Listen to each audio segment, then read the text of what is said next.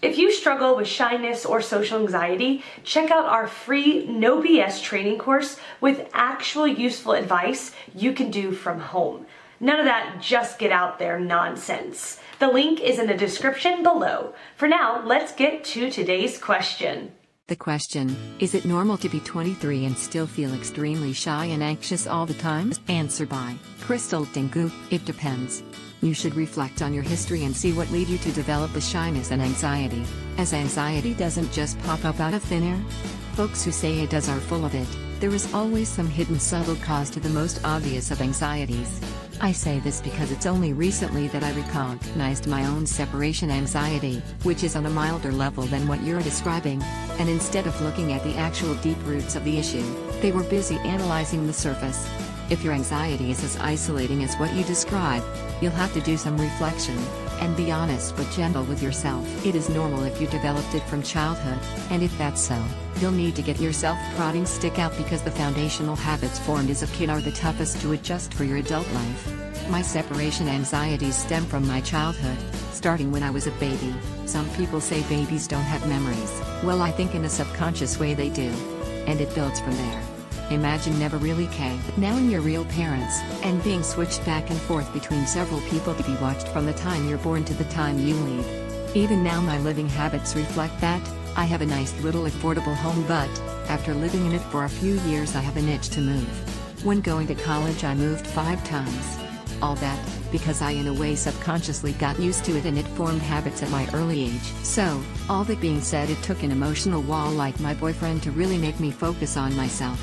He's the epitome of tough love and I thank him for it, because if I hadn't been pushed harder than normal out of my comfort zone I wouldn't have even seen the circles I was spinning. Oh, I still spin them, but now I'm aware of them, and can make moves to get out of them. Take a look at your own childhood and place them, connect the dots.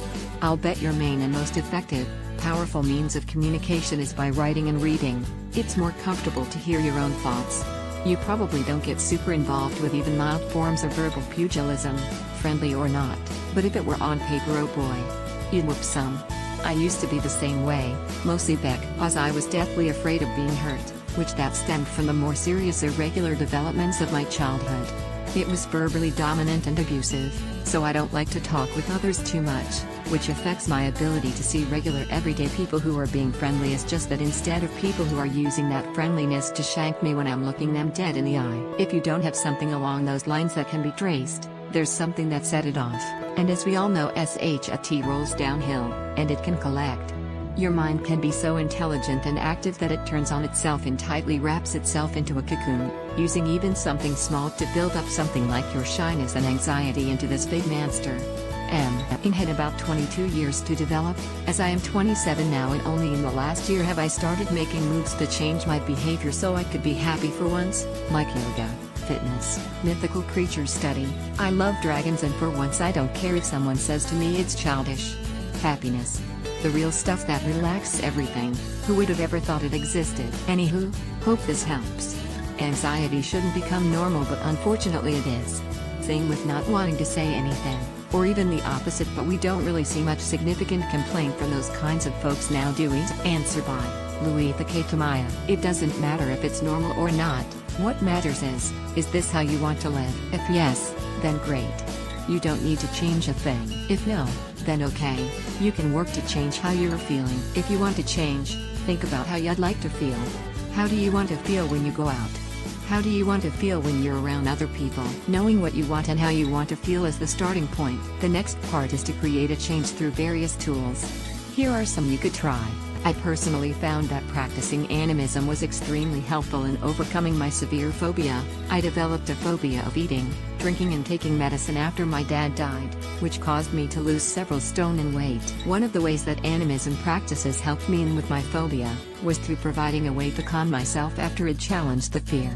It also gave me tools for changing my thinking patterns that were causing the fear. Meditation, dancing, music, reading, or anything else that distracts you, other than alcohol or drugs, can also help with this. Ultimately, I had to gradually challenge the fear by doing a tiny bit of what scared me. So, at first, I would simply hold a piece of food in my mouth for a few seconds. Slowly, I could do more and more because the fear subsided quicker and quicker. Eventually, the fear was manageable and I could eat normally again. Now, the fear that I felt occasionally echoes when I try a new food, but I know how to deal with it and it passes quickly. It's great that you're asking for help with this. Your fear is being challenged by your will to change. Phobias don't have to run your life. If you'd like to know more about how I worked past my phobia, just send me a message. Answer by Tarana. Hello Nate. You are simply an older version me. An exact older version of me. Take this simple and easy step and promise yourself to work on it. Simply listen to me if you are shy in talking to them.